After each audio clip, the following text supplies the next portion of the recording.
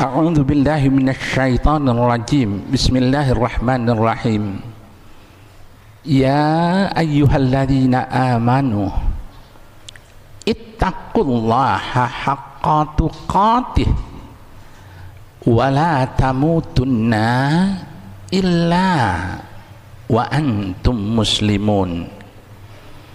Wahai anda dan kita sekalian yang menyatakan dirinya beriman kepada Allah, bertakwalah anda dan kita sekalian kepada Allah dengan sesempurna-sempurnanya takwa, dan jangan beri kesempatan sama sekali kepada maut untuk datang menjalang sebelum kita secara penuh, murni, utuh, kafah menjadi seorang muslim sejati. Sidang Jumat yang dimuliakan Allah, kita mengambil topik hari ini adalah Ramadan sebagai sarana untuk tazkiyatun nafs. Secara etimologis, tazkiyatun nafs berarti membersihkan jiwa, memperbaiki jiwa, menumbuhkan jiwa yang benar dan lurus agar semakin baik, dan mengembangkan potensi pribadi kita muslim sejati dan mempertahankannya untuk masa-masa berikutnya. Ramadan waktu untuk membentuk itu. Ada 3 rujukan hadis yang ingin saya sampaikan. Pertama, Allah mengatakan dalam salah satu hadis qudsi, kasihan ada hambaku yang capek, tidak makan, tidak minum, tidak syahwat, tapi dia tidak mendapatkan manfaat apa-apa kecuali lapar dan haus. Insya Allah sepekan sudah kita meninggalkan Ramadan, sepekan sudah kita setelah meninggalkan saum wajib Ramadan. Mungkin ada yang melanjutkan saum sunat Syawal. Tapi apakah kita termasuk orang yang mendapatkan manfaat dari saum Ramadan yang kita laksanakan sebulan penuh itu, atau sekadar lapar dan haus saja, lalu sekarang kembali kepada masa-masa lalu? Yang kedua, sekali waktu Rasulullah Sallallahu Alaihi Wasallam naik mimbar untuk memberikan khutbah Jumat. Tiba-tiba setelah meningkat pada tangga pertama, tangga kedua, tangga ketiga, beliau selalu berhenti sebentar dan mengangkat tangan mengatakan amin, amin, amin. Setelah selesai beliau khutbah, sahabat bertanya, ya Rasulullah, apakah ada cara khutbah baru? Rasulullah menjawab, enggak.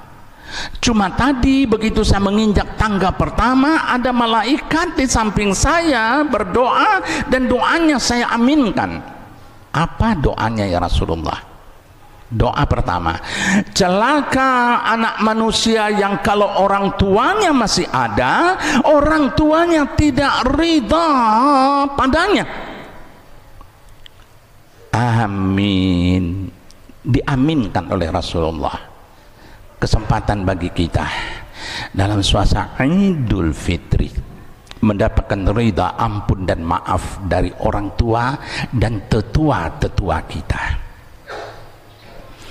Yang kedua, waktu Rasul menginjak tangga kedua, malaikat tadi berdoa lagi, celaka anak manusia yang kalau namamu Muhammad, yang Rasulullah Sallallahu Alaihi Wasallam, mulutnya terkunci, dia tidak bersalawat kepada engkau. Rasulullah mengangkat tangan, amin ya Rasulullah. Jangan lupa, setiap kita mendengar nama Muhammad yang Rasul Allah, bersalawatlah minimal sallallahu alaihi wasallam. Yang ketiga, tolong dengarkan dengan hati nurani. Celaka anak manusia yang setelah Ramadan datang dan nanti Ramadan pergi meninggalkannya, manusia itu tidak berubah sama sekali. Amin, kata Rasulullah. Ini bahan muhasabah bagi kita. Apakah Ramadan tahun ini memang membuat kita lain dari sebelum Ramadan itu datang, atau sama saja, atau malah kembali kepada zaman jahiliyah, kembali mengorbankan kepentingan orang banyak, kembali mengundang komunis ke sini, kembali mengundang kemudaratan kepada umat Islam demi jabatan, demi uang, dan demi kesempatan.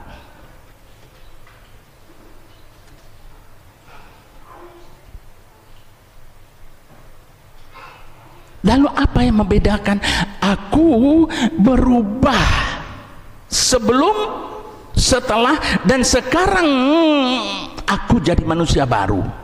Hidup kita ini ibarat teko.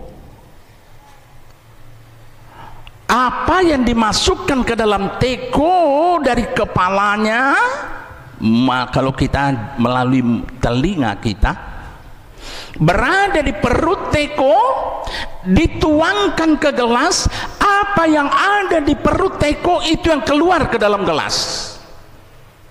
Kalau dimasukkan teh manis, keluar teh manis, dimasukkan jus, keluar jus, dimasukkan sampah, dimasukkan air comberan, keluar air comberan. Kalau selama Ramadan yang kita masukkan ayat-ayat Al-Quran, kesalehan, kebermanfaatan, berbuka bersama, i'tikaf, mendekat dan mendekap Al-Quran, itu yang masuk, insya Allah itu yang keluar. Cuma berapa lama kita bisa menahan supaya masuk selalu itu? Setelah Ramadan datang, jangan yang masuk comberan lagi, yang masuk air kotor lagi, dan yang keluar comberan dan air kotor.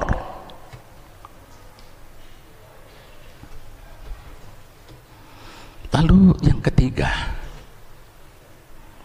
populer hadis ini, man sama Ramadana imanan wahtisaban ghufira lahu ma taqaddama min dzambi.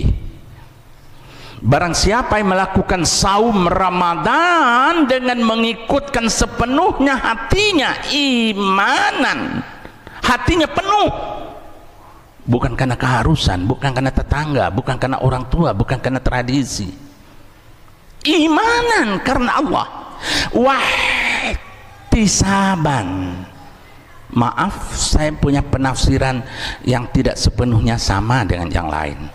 Ihtisab sama dengan hisab, perhitungan, sama dengan muhasabah, kaji diri, introspeksi, pakar akal, pikiran, otak, rasionalitas. Maka akan diampunkan semua dosa-dosanya yang telah lalu. Barang siapa yang saum Ramadan hatinya ikut, otaknya ikut, diampunkan dosanya. Tak cukup hanya hati, tak cukup hanya hati. Banyak contoh, tapi satu saja yang saya ambil. Maaf, kita sekali tidak makan siang selama Ramadan. Makan siang kita itu sejelek-jeleknya kita 25.000, tapi nggak mungkin lagi sekarang 25.000, apalagi kalau di Kluwih nggak bisa 25.000. Katakan hanya 25.000, kita nggak makan 30 hari,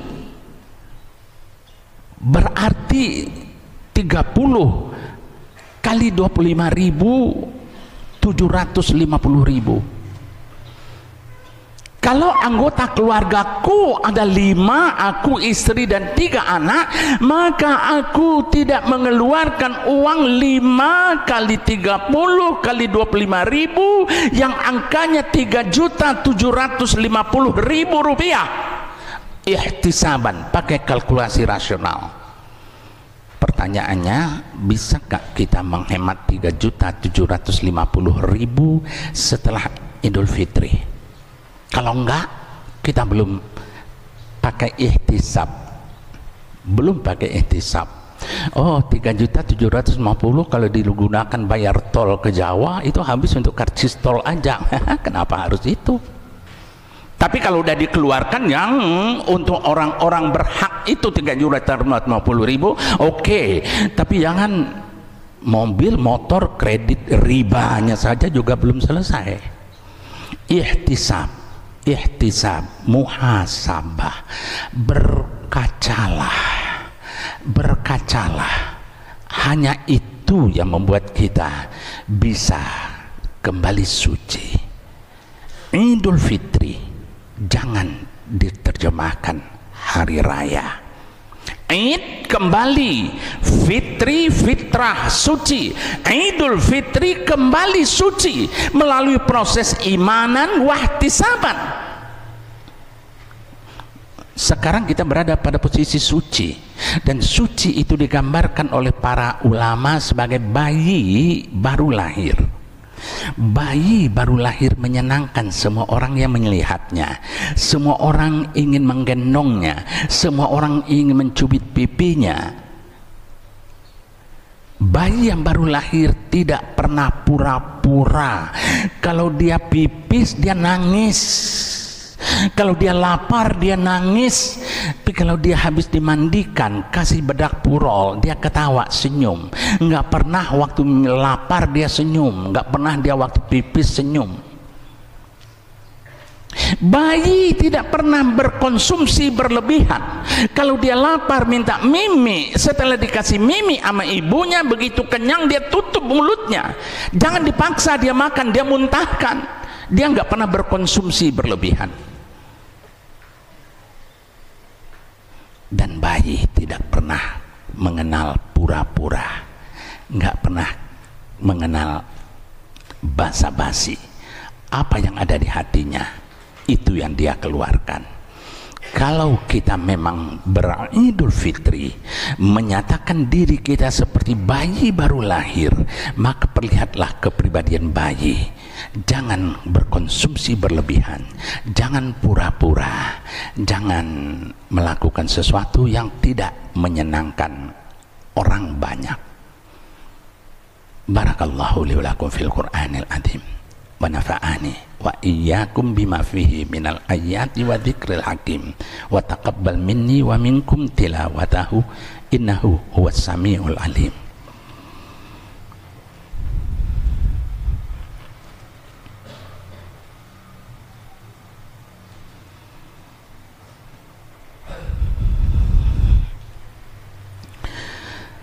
Alhamdulillahi nasta'inuhu wa nastaghfiruh wa na'udzu billahi min syururi anfusina wa min sayyiati a'malina.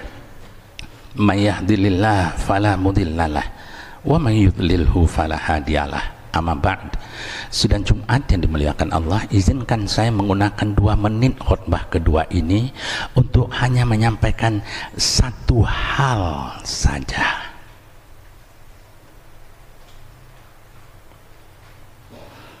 Hidup kita manusia ini seperti orang mau mendaki gunung.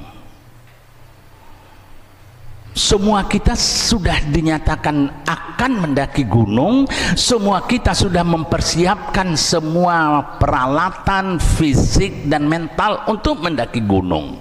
Bahkan ada yang persiapannya berlebihan, tongkatnya sampai dibawa 2, makanannya mie instannya disampaikan di bawah, sampai melakukan persiapan yang sangat berhati-hati memasuki era mau mendaki gunung. Tapi begitu sampai di kaki gunung, terpecahlah kita jadi 3. Ada yang baru berjalan beberapa kilo juntai, snacknya udah habis, tongkatnya patah, kakinya capek, kepalanya pusing, akhirnya sampai ke pinggang gunung pun dia nggak bisa. Ada yang kedua, persiapannya lebih bagus, fisiknya lebih kuat, tapi dari pertengahan ke atas memang nggak mampu lagi karena dia tidak membiasakan diri, karena pikirannya kepikiran masa lalu, karena dia nggak bisa meninggalkan kebiasaan-kebiasaan sebelumnya. Sampai di pertengahan dia mengangkat bendera putih, aku menunggu di sini sampai kau selesai.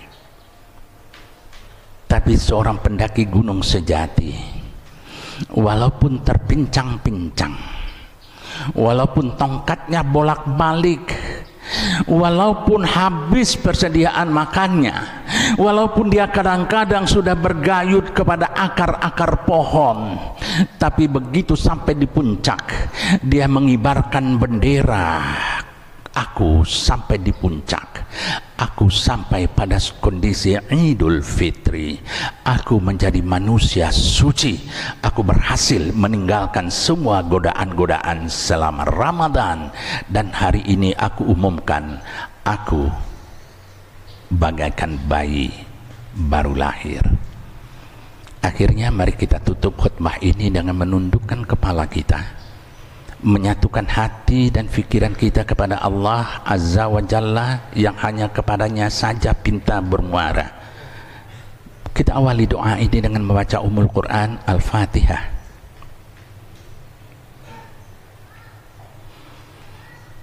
A'udzu billahi minasyaitonir rajim. Bismillahirrahmanirrahim. Alhamdulillahirabbil alamin. Assalatu wassalamu ala asrafil anbiya'i wal mursalin wa ala alihi wa ashabihi rasulillahi ajma'in.